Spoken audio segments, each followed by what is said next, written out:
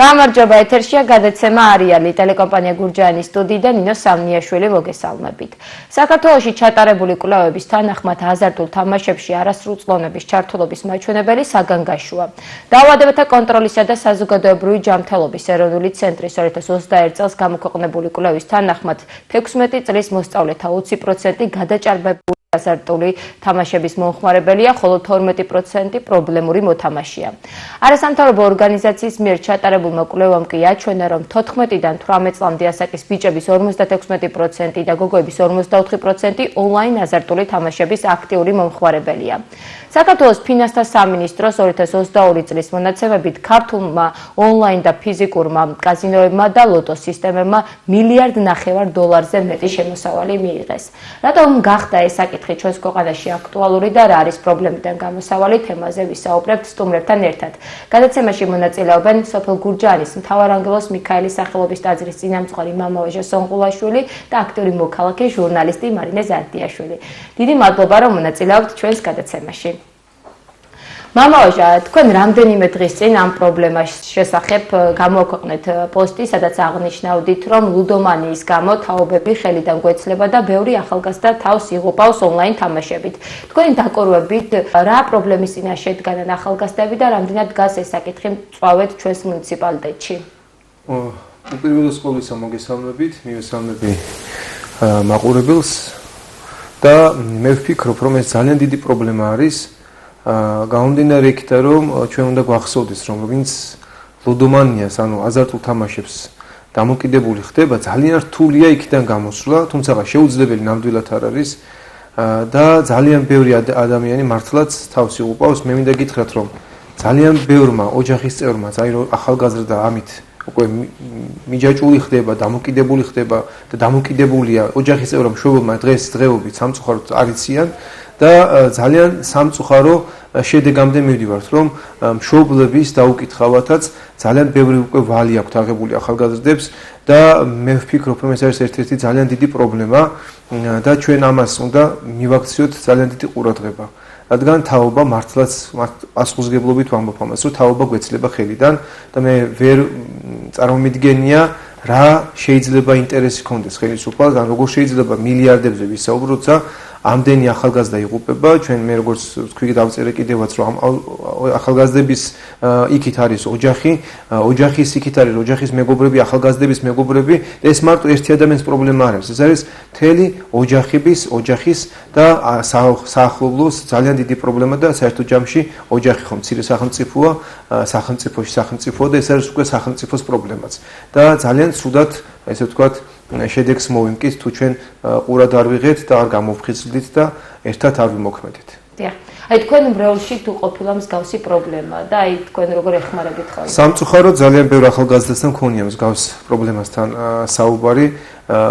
ძალიან ბევრიც მქონია სურვილი, რომ გამოსწორებული იყოს და მე მქონია საუბარი ისეთ ადამიანებთან, ვინც უთამაშიათ, მოთამაშე ყოფილან და შემდეგ დაუნებებიათ თავი და მე თვითონ ვკითხე, რომ გამოცდილება მიიღო, თუ როგორ შეიძლება მივდგომოდი ის ადამიანს, ვინც აზარტულ დამოკიდებულია და ესეთი რჩევა მომცეს რამოდენიმემ, რომ აი მამაო, თუ თვითონ არ გადაწყვიტეს აი ამ პრობლემიდან გამოსვლა, რამდენიც გინდა ესაუბროთ, აზრი არ აქვს. და მე ვიტყოდი, რომ დიახ, უნდა ადამიანმა პირველად თვითონ გადაწყვიტოს, დაინახოს, გადააფასოვოს, დაინახოს რა მხელა პრობლემას წარმოადგენს თავისთვის, ანუ ნახეთ, პიროვნულად შენ პიროვნებას კლავ ვეღარ აკონტროლებ და საერთოდ შენ პიროვნულობას აქრობ და შემდეგ რა თქმა უნდა ძალიან დიდ პრობლემას წარმოქმნი ამ საზოგადოებაში, გარემოცვაში. შემდეგ უკვე ძალიან დიდი პრობლემები არის. ამე ხდება ხოლმე, რომ ადამიანი რო ვეღარ გამოდის ამ პრობლემიდან, ნარკოდამოკიდებული ხდება, ალკოჰოლ დამოკიდებული ხდება, ანუ პრობლემიდან პრობლემა იბადება და იმ პრობლემიდან კიდე პრობლემა იშობა და საერთო ჯამში უკვე სისტემური პრობლემა არის, რომელიც ძალიან სავალალო მდგომარეობაშია. უნდა გვახსოვდეს, რომ დიახ, უნდა შენ მოინდომო, ვინც აზარტულ დამოკიდებული ხარ, ამ პრობლემიდან გამოსვლა და რა თქმა უნდა, შენ როდის მოინდომებ, ღმერთის შემწეობა აუცილებლად თან გექნება, შენი ნება არის აუცილებელი. რომ შენი ნებელობა დააფიქსირო ღვთის წინაშე, მე შენი უძლურება რაც გჭირს, რომ შენ გააქვს ესე ვთქვათ მოთხოვნილება, მე უთქვამთ კიდევაც რომ როდესაც ეს მოთხოვნილება ჟინი მომივლის, მე ვეღარ ვაკონტროლებ, ვერ ვფიქრდები, რას ვაკეთებ, მე ვიცი ადამიანები რომ მშობლის ოპერაციის თანხა აუღია, მოუპარია, მე ვიცი ადამიანი რომ მშობლების დაუკითხავად ვალი აუღიათ და მე ვიცი ადამიანი როცა ოქრო ვერცხლს იპარავენ იმის გამო რომ აზარტული თამაში ითამაშონ და აი ძალიან სავალალო მდგომარეობაა და ეს უნდა ჩვენ მივაქციოთ ამას ყურადღება. დიახ, თქვენ აღნიშნეთ რომ აუცილებელი არის თვითონ მიიღოს ეს გადაწყვეტილება, მაგრამ სანამ თვითონ მიიღებს ამ გადაწყვეტილებას, იქამდე რა გზა უნდა გაიაროს, რა მოსამზადებელი პერიოდი არის ეს? ჩვენი ჩართულობა. აი ვფიქრობ რომ ჩვენი ჩართულობაა საჭირო. მე ხშირად მithქვამს თქვენს გადაცემაშიც და საუბრის დროსაც რომ მისი უწმიდესობამ ბრძანა ასეთ რამეს, სამი რგოლი უნდა იყოს ჯანსაღი, ოჯახი, სკოლა და ეკლესია. აი ჩვენი ჩართულობა უნდა იყოს როგორც მოძღვრების, როგორც მშობლების, როგორც პედაგოგების, ერთმანეთთან კომუნიკაცია უნდა ქონდეს, აზრი უნდა. მე ვფიქრობ რომ აი საერთოდ რომ ესე ჩამოყალიბდეს ჩვენს გურჯაანში, რომ სკოლა, ანუ პედაგოგები, მშობლების და მოძღვრების ერთობლივი საუბრები იყოს, შეკრებები იყოს, აზრის გაცვლა იყოს, რა პრობლემა იბადება, რა პრობლემის წინაშე შეიძლება აღმოჩნდეთ, როგორ შეიძლება მიუდგათ. აი ესეთი აზროვნება, ესეთი საუბრები მე ვფიქრობ რომ საჭიროა. არ უნდა ვიყო დღეს გათიშულები ვართ.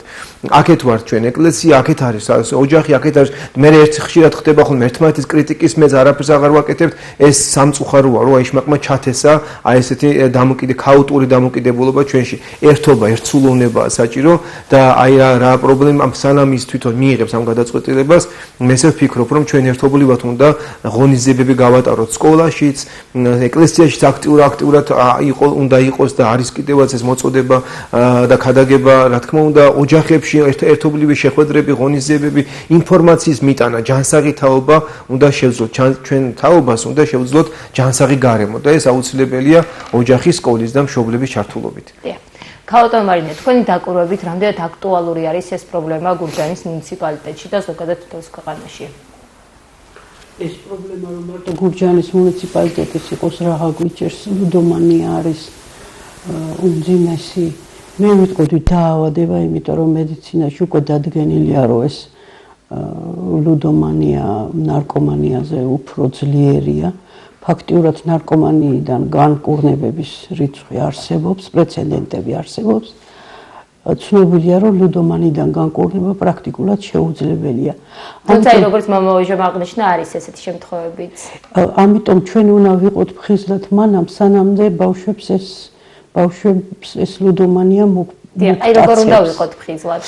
მშობლები უნდა იყვნენ უფრო ყურადღებით, უნდა ქონდეთ კომუნიკაცია სკოლასთან და აუცილებელია რომ ბავშვები იყვნენ ერთგვარი თავშესაფარი იყოს ქრისტე და ეკლესია. ამ ქრისტეს გარეშე ჩვენ ვერაფერს ვერ გაუმკლავდებით, იმიტომ რომ ეს ყველაფერი რაც ადამიანის ცდუნებას ემსახურება არის ეშმაკისგან და თუ ჩვენ ამას არ ვირწმუნებთ და ვერ ვირწმუნებთ, ვერასდროს ვერ გავიმარჯვებთ. ლუდომანი სახელმწიფოს ძალიან დიდი წილი აქვს და ეტყობა არ არის ჯერჯერობით პოლიტიკური ნება იმის, რომ არასრულწლოვანების რეგისტრაცია მაინც აკრძალონ, უნდა იყოს რაღაცა ასაკი, იყოს 20 წლამდე, 18 და 14 კი არა, რომ ასაკის ქვევით ბავშვებს ეკრძალებოდეთ თამაში. აი ეს არის ქმედითი ღონისძიება და ეს არის სახელმწიფო მიდგომა. ჩვენ არა გვაქვს იმის ფუფუნება სხვა სახელმწიფოებს უყუროთ, სადაც 70 მილიონი და 140 მილიონია მოსახლეობა. ჩვენ ვართ უმცირესი ერი მთელ დედამიწაზე და ყველა თითო 18 წლის ბავშვი და თითო მოზარდი ჩვენთვის არის ფასეული. ამიტომ ჩვენ რადიკალურად უნდა ვიმოქმედოთ და არ გავითვალისწინოთ სხვა დიდი სახელმწიფოების პოლიტიკა ამ ლუდომანიასთან დაკავშირებით. ეს არის დაავადება, ჩვენ უნდა უყუროთ ლუდომანებს როგორც ავადმყოფებს და არა როგორც აი შეუსმენელ ბავშვებს, იმიტომ რომ ეს დაავადება და ამასთან თვითონ მარტო ბავშვს გამკლავება არ შეუძლია. ეს ტვინშია რაღაც ნივთიერება დამაუწყდა ეხლა, რომელიც თრგუნავს თლიანად რეფლექსებს და სიფხიზლეს და როცა ბავშვი თამაშს იწყებს, საერთოდ იმის ვერ მართავს თავის თავს. ესე რომ ვთქვა, თავის თავს არ ეკუთვნის. აი ეს არის მთელი თავი და ბოლო ამ დაავადების. და ძალიან დიდი ტრაგედიების მომსწრე ვართ გურჯაანშიც, საქართველოს მასშტაბით, სოფლიო მასშტაბით, როცა ბავშვი ჩათრეულია ამ თამაშებში და თავისით უკვე მას უკან გამოსვლა აღარ შეუძლია და ამ დროს უნდა დახმარება, ხარში დგომა, ერთობლივი მუშაობა და მე მინდა ახალგაზრდებს მოუწოდო, რომ ბავშვებო, თქვენ თავს უნდა შეგეძლოთ თქვენი თავის მართვა, უნდა შეგეძლოთ ავიდა კარგის გარჩევა. ეს ერთ-ერთი ცდუნებაა, რომელსაც ეშმაკი გვიგდებს, რომ რაღაც მცირე დანაკარგით პატარა დროში უზომოდ გავამდიდრდებით. და ეს იდეა ფიქსი ბავშვი იმდენად უშრომელი შემოსავლის ცდუნებაა. ეს ყველაფერი არის არასწორი, გაუთვითცნობიერებელი, არ არსებობს უშრომელი შემოსავალი, რომელიც შეგვერგება, კარგად გაგხვდეს და გაგვაბედნიერებს. შეიძლება პატარა ხნით, მაგრამ საბოლოო ჯამში ეს არის დამღუპელი გზა. ეს არის კატასტროფა და ეს უნდა გავაცნობიეროთ.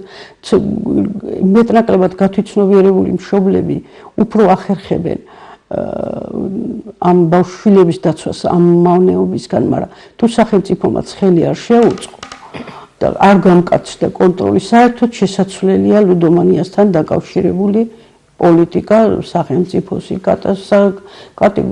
კატასტროფული კანონმდებლობა გვაქვს, კატასტროფული. მარტო მშობელმა რა გააკეთოს, ბავშვს ხელში ტელეფონი უჭირავს, ღამის 3 საათზე შევა თამაშობს, როგორ უნდა გააკონტროლო ამ ბავშვი სკოლაშია. შეუძლებელი ხდება. ამიტომ სახელმწიფომ უნდა მიეხმაროს მშობელსაც, სკოლასაც, ეკლესიასაც და მარტო ერთობლივად შევძლებთ ჩვენ რომ გადავარჩინოთ ჩვენი ახალგაზრდები. ეს არის აი ბატონო მამა ვაჟამ აღნიშნა, რომ ეს მარტო ერთი ბავშვის ტრაგედია არ არის, ეს არის მთელი ოჯახის ტრაგედია, მერე წრის ტრაგედია, მერე სკოლის ტრაგედია და საერთოდ ეს არის ჯაჭვური რაღაც უბედურებების სერია, რომელიც ძალიან უწყირად იწყება. რაღაცა 10 ლარს ჩაიგდებენ ხელში, დადებენ იმაზე, დაიწყებენ თამაშს, პირველად მოიგებენ და მე ეს ეიფორია თანდათან დამოკიდებულებაში გადადის. ეს ერთ დღეში არ ხდება და უნდა იყოს ძალიან ყურადღებით და ყველაზე მთავარი ბავშვები მივიყვანოთ ეკლესიამდე. ჩვენი ხსნა, ქართველი ერის გზა და ხსნა არის ქრისტეში, ხალხო, სხვა არანაირი არჩევანი არ დაგვიდგა.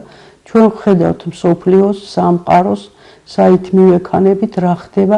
საქართველოს მარტო ჩაკეტილი ერთი ლოკალური ადგილი არ არის დედამიწაზე, ჩვენ საერთო სამყაროში თანავარსებობთ.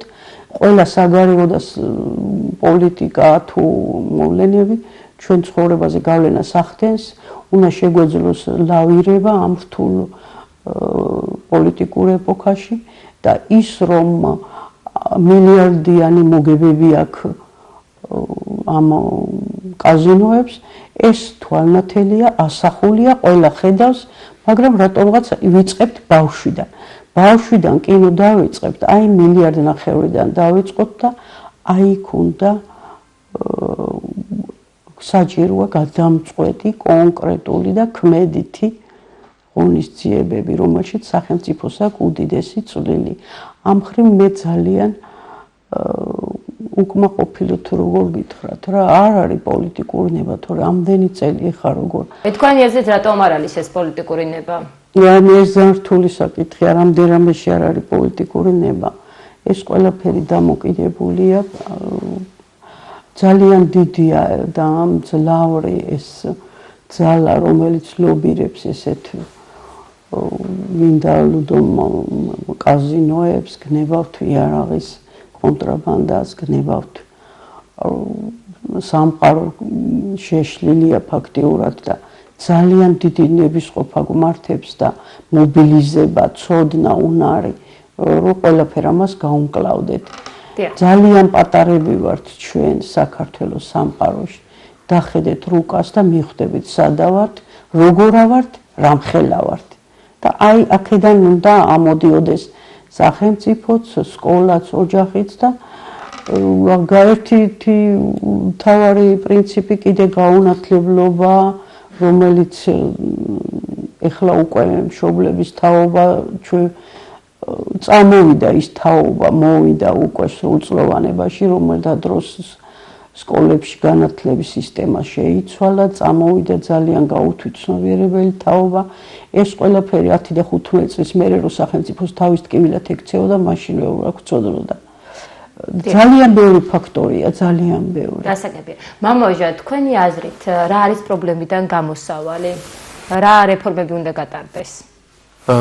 ფიქრობ, რომ ეს როგორც ვახსენეთ, ეს არის ერთსულოვნება, ჩვენი სკოლა, ოჯახი და ეკლესია, ჩართულობა, აღმზრდელ, ანუ ჩვენ უნდა ყველაფერი გავაკეთოთ, რომ ჩვენს მომავალ თაობა შევქმნათ კარგი გარემო, სოციალური გარემო, შეძლების დაგვარად ჩვენ უნდა ყველაფერი გავაკეთოთ, რომ მომავალ თაობასთან არ გქონდეს წყვეტა, ანუ ჩვენ უნდა შევძლოთ მათთან მეგობრობა, კომუნიკაცია, უნდა ყველაფერი გავაკეთოთ. ჩვენ საკუთარ თავზე ვიშრომოთ, ვიმუშაოთ, თუ არ გამომდის შულთან კომუნიკაცია, არ გამომდის მოსწავლესთან კომუნიკაცია, არ გამომდის სულიერ შულთან კომუნიკაციას, ის კი არ უნდა გავაუმჯობესო, ჩემი თავი უნდა გავაუმჯობესო, უნდა ჩემ თავზე ვიმუშაო. ან ჩვენ რაც უფროს თაობას გვაკლია, ეს არის საკუთარ თავზე მუშაობა.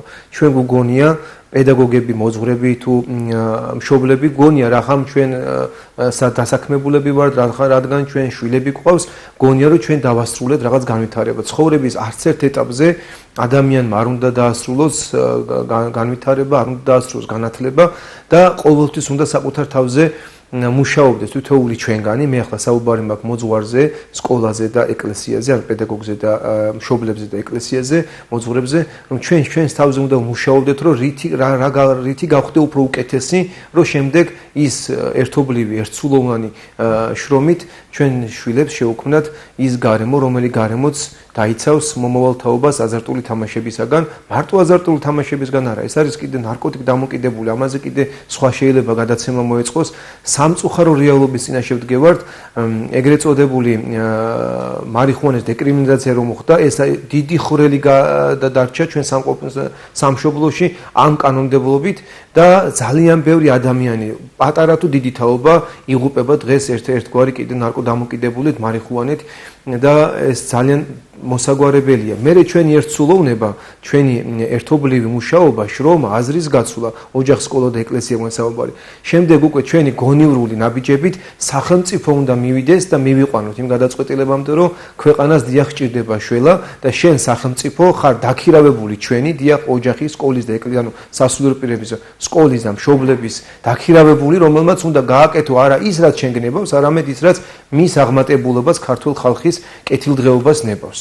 ეს არის სულიერი ფიზიკური სიჯანსაღი და ყველაფერი აი აქედან იწყება ჩვენი ერთსულოვნებიდან, ჩვენი ერთობიდან, ოჯახის, სკოლის და ეკლესიის ერთსულოვნებიდან და ერთობიდან და ამისთვის კიდე საჭიროა ერთობლივი შეხვედრები, ამისთვის საჭიროა აზრის გაცვლა, ამისთვის საჭიროა პრობლემის ესე ვთქვათ, გამოკვეთა და შემდეგ მარტო გამოკვეთა და ვაი პრობლემა არა. როგორ შეიძლება მოვაგოროთ ერთობლივად და უნდა გქონდეს აუცილებლად კომუნიკაცია ერთმანეთთან, ჯანსაღი კომუნიკაცია და ამისთვის საჭიროა ჩვენი ნება, ჩვენი ენთუზიაზმი, აი მშობლების, ეკლესიის და ოჯახის, ხო?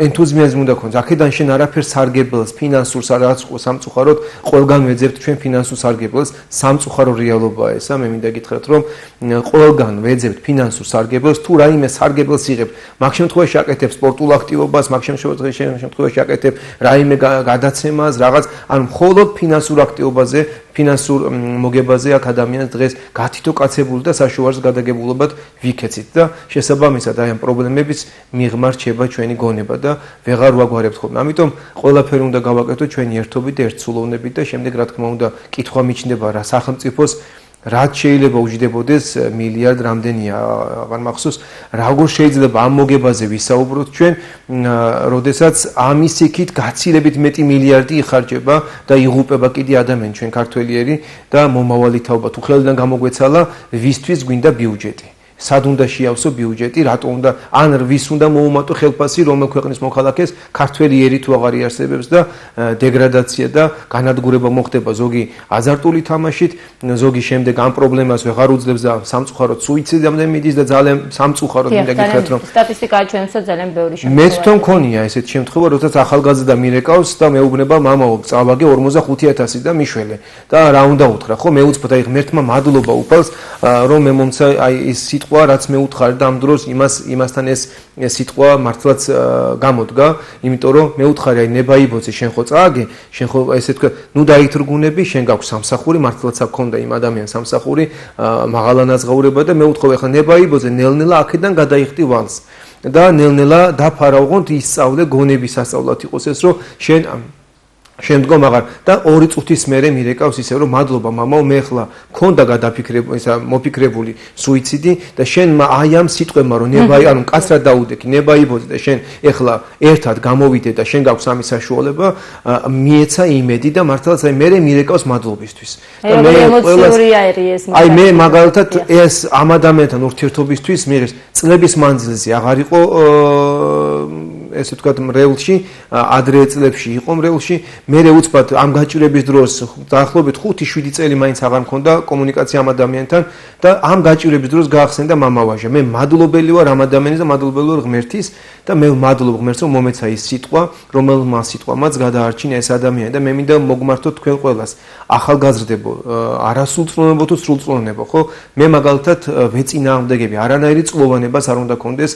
საზღვარი საქართველოში უნდა აიკრძალოს რა საჭიროა რა სარგებელი მოაქვს აზარტულ თამაშს არანაირი სარგებელი არ მოაქვს საქართველოში უნდა აიკრძალოს ყველანაირი აზარტული თამაში უნდა დაიხუროს ყველანაირი აზარტული თამაში და მე ვფიქრობ რომ აი ესეთი ბიუჯეტი უფრო მადლიანი იქნება როცა ჩვენ ქვეყნის კეთილდღეობას უფრო მეტად მოხმარდება ვიდრე მილიარდებზე ვისაუბროთ და გაჩანაგებული და დაუპული თაობა დავინახოთ წინ რამოდენიმე წლის წინ კი რა უკვე ხედავთ ჩვენ აქ აი ამ დიდ პრობლემის შედეგს ამიტომ გამოსავალი არის ჩვენს ერთობაში და ერთსულუნებაში. და საინტერესოა ამ ადამიანმა დაანება თუ არა ამ პრობლემას. ეს ადამიანი დღეს კარგად არის, გახარებული არის და ვფიქრობ რომ აღარ მიეკარება ეს საერთოდ თელის ხორევის მანძილზე აი ამ აზარტულ თამაშს და მე მადლობ ღმერთს და აი აქედანაც ვლოცავ ამ ადამიანს რომ მე მომეცა კიდე მასთან ურთიერთობით ეს სწავლება ესე ვთქვათ და ყველას მაგალითი მოვყავს ხოლმე ეს და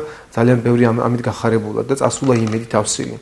და გადაცემის ბოლოს ქაუტო მარინე თქვენთან მექნება კითხვა სახელმწიფომ გარკვეული რეფორმები გაატარა თუნდაც აკრძალა რეკლამა კაზინოების და არის თუ არა ეს საკმარისი აღნიშნეთ თუ არ არის მაგრამ კიდევ რა არის საჭირო იმისათვის რომ პრობლემიდან გამოსავალი დავინახოთ მამავაჟამ აღნიშნა რომ ამ მოგებას კაზინოებიდან შემოსული მოგებას არაფერი მოგების არაფერი არ შემოაქვს არაფერს არ გვარგებს. ჩვენმა იმ პატარა ერებმა მარტო ონლაინის კი არა, თლიანად რომ აკრძალონ, არაფერი არ დაშავდება. აი რა გაფუჭდება. რომ საერთოდ მართალია ბავშვი მაინც მისწვდება, ეხლა ვინც საზღვარგარეთ წავა შეიძლება იქ ითამაშოს რომელიმე ქვეყანაში.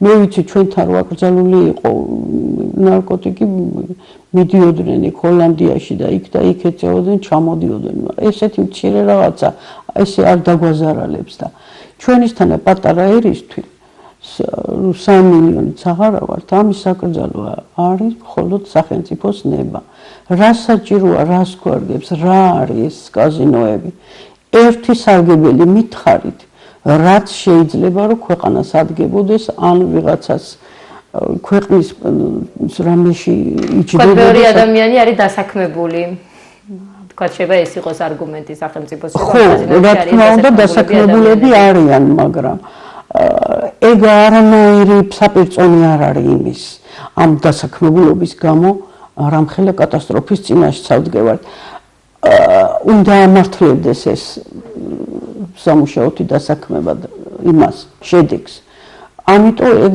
სათავეშივე მცდარი ესეთი შეხედულება რომ უამრავი დასაქმებული შეიძლება დარჩეს უმუშევარი ეგ არ არის არგუმენტი ჩემი აზრით ჩვენ ძალიან ცოტა ვართ ამის თქმა მინდა და ესეთი თუნდაც იმ ნარკოტიკის ლეგალიზაცია თუნდაც აზარტული თამაშები უნდა აიკრძალოს კატეგორიულად მე ვარ კატეგორიული აკრძალვის მომხრე იმიტომ რომ ვერ ავხედავ უნდა როცა რაღაც საკითხს წვეთ სახელმწიფო უნდა დაალაგოს სარგებელი და უარყოფითი თუ ხედავ რომ სარგებელი არაფერია ორივე დეკონა ადამიანების ზღაპრულად გამდიდრების გამილიარდების გარდა და მეორე მხარეს დევს სახელმწიფოს მომავალი აი საერთოდ რაზეა ლაპარაკი რაზე მსჯელობთ და ყველა საკითხი ესე უნდა წყდებოდეს, უნდა გონიერად ჩამოთვალოთ არგუმენტები, რას შეიძლება რა ხეირი კონდეს, რით შეიძლება იყოს სასარგებლო და თუ გადაწონის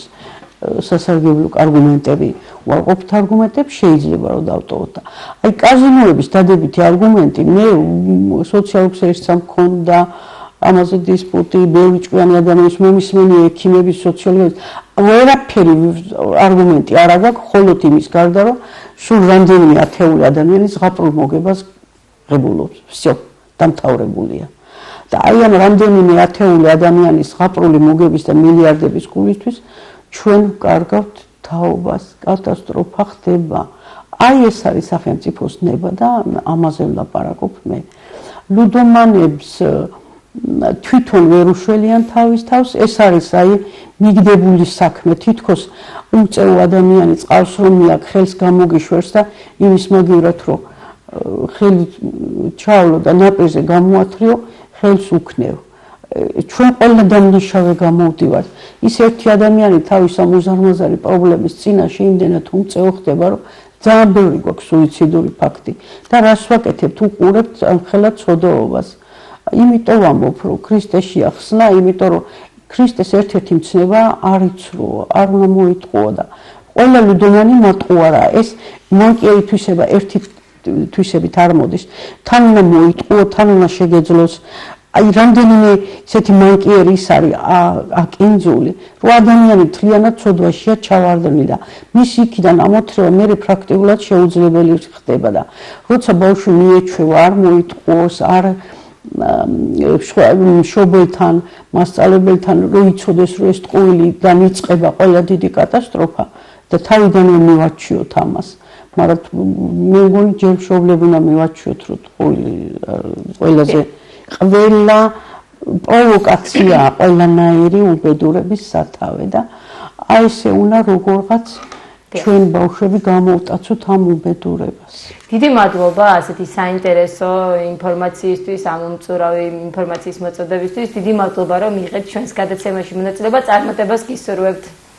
იცოცხლეთ, გაიხარეთ და მე ლოცავ სრულიად საქართველოს და ჩვენს ახალგაზრდებს და მე გთხოვთ ყველას, გურჯაანის ახალგაზრდებო და საქართველოს მომავალო თაობა და საქართველოს ახალგაზრდებო მსგავს პრობლემაში თუ ხართ, დაატოვეთ ეს პრობლემა, შეძერით, აჯობეთ თქვენს ამ მანკიერ თვისებას, ამას თქვენ შეძლებთ აუცილებლად და უფალი აუცილებლად დაგეხმარებათ, იმიტომ რომ როდესაც მშობელი ხედავს, რომ შვილს რაღაცის შეძლება დაძლევა უნდა, მცირეწლოვან ბავშვს რაიმეს ან ფეხზე სიარულის სწავლება უნდა, აუცილებლად უპირობოდ მშობელი ამაში ეხმარება შვილს და ასწავლის. და ღმერთი გაცილებით მეტად გონიერია, ვიდრე ჩვენ და ჩვენი მშობლები და ღმერთი გაცილებით მეტად შემძლია და ძალისმომცემია და დამერწმუნეთ, რომ თქვენ თუ რაიმე გიჭირთ, ღმერთი შეგეწევა და დაგეხმარებათ და ჩართეთ მოძღვრები, ჩართეთ პედაგოგები, ჩართეთ მშობლები, იმეგობრეთ და აზრი გაცვალეთ და ერთობით, ერთსულოვნებით აუცილებლად ყველა მსგავსი პრობლემა და უფრო დიდი პრობლემებიც კიდე დაძლეული იქნება. ღმერთმა დაგლოცოთ და ღმერთმა დაგახაროთ. დიდი მადლობა, გადაცემა არიალი დასრულებულია.